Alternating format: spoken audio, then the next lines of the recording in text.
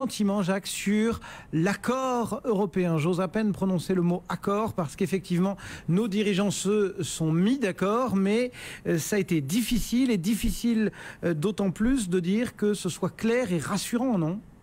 Oui, effectivement. C'est un accord pour constater que l'on n'est pas d'accord.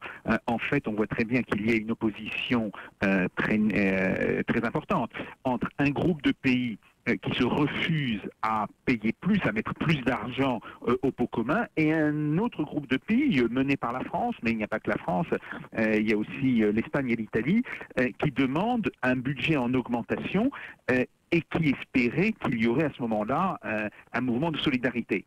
Le résultat, c'est qu'on a bien vu, il n'y a eu aucune solidarité. La France, d'ailleurs, n'a pas fait preuve non plus de solidarité quand elle a vu que l'Angleterre et l'Allemagne étaient très engagées dans la voie des économies. Elle s'est repliée sur la défense de la politique agricole commune et d'une certaine manière, elle a fait passer ses intérêts propres devant la question d'un intérêt peut-être commun au niveau européen.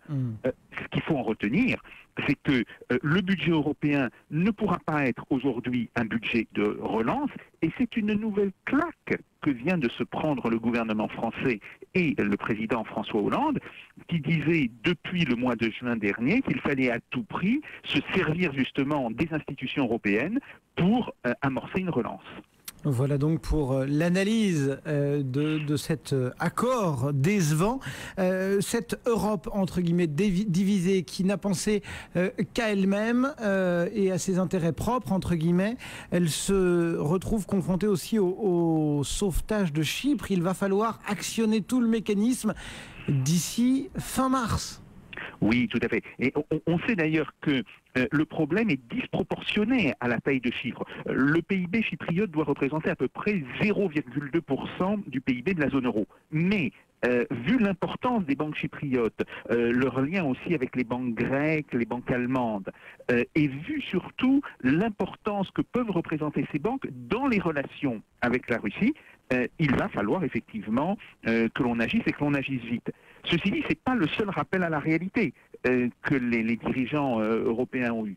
Il y a évidemment l'évolution de la situation politique en Italie, l'évolution de la situation politique en Espagne, et l'on voit par ailleurs revenir le problème de la Grèce, car il est aujourd'hui à peu de choses près évident que d'ici le mois de juin, la Grèce sera en état de cessation de paiement. En cessation de paiement? Ah oui, absolument. On voit déjà les impôts grecs, les impôts liés à la TVA, sont en chute d'environ 15%. Mais ce que l'on voit apparaître depuis désormais quelques semaines, c'est une chute extrêmement forte de la collecte des impôts sur les ménages. Grosso modo, les ménages grecs n'ont plus d'argent et ne peuvent plus payer leurs impôts. Donc on s'attend à ce qu'il y ait un déficit de recettes de l'ordre de 25 à 30% sur l'impôt sur le revenu, mais aussi sur les différentes taxes que doivent payer les ménages grecs. Et donc, grosso modo, il va y avoir une contraction des recettes de l'État grec, probablement de l'ordre de 25% dans le premier semestre. Et concrètement, la Grèce ne sera plus capable de faire face à ces paiements. Vous avez rapidement évoqué dans votre démonstration le cas italien. Vous accordez un crédit significatif aux sondages qui actuellement font état de la remontée très nette de Silvio Berlusconi? Alors, ce n'est pas un sondage, il faut regarder la tendance depuis maintenant 3 à 4 semaines. Oui, on voit que Silvio Berlusconi est en train de remonter, c'est absolument indiscutable quand on voit ça dans la durée. Alors, il n'arrivera probablement pas à dépasser le parti de gauche, qui va encore faire autour de 30%.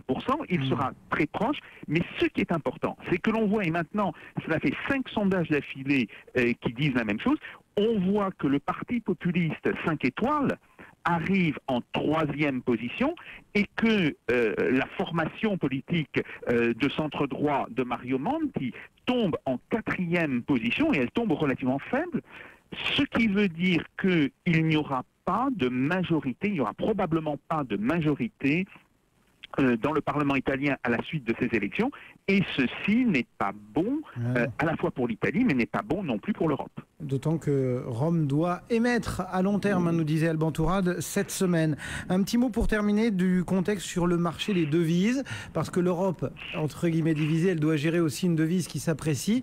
Et on nous parle d'un communiqué des ministres des Finances des principaux pays pour alerter des dangers d'une guerre des monnaies. C'est en tout cas ce que nous dit le Wall Street Journal. Comment est-ce que vous appréhendez un petit peu les choses? Je le disais tout à l'heure avec Philippe Mimran, si on parle des principaux pays développés, c'est le G16, c'est le G8. Donc les fauteurs de troubles, j'ai envie de dire, États-Unis, Japon, ils feront partie des juges, non? Oui, tout à fait. Vous avez tout à fait raison. C'est parfaitement hypocrite. On sait bien que aujourd'hui, le Japon cherche à déprécier massivement sa monnaie. Les États-Unis cherchent aussi à déprécier leur monnaie. Et nous sommes, si vous voulez, avec l'euro, nous sommes un petit peu les dindons de la farce, puisque nous n'avons aucune politique de taux de change, alors que nous sommes confrontés à des baisses de taux de change importants dans nos principaux marchés concurrents. C'est à l'évidence un problème majeur aujourd'hui, et de deux choses l'une.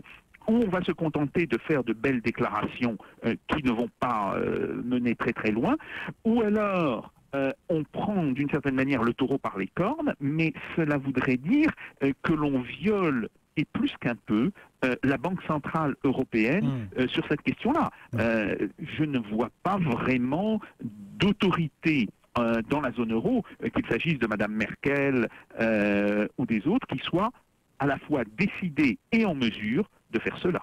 Merci beaucoup, Jacques Sapir.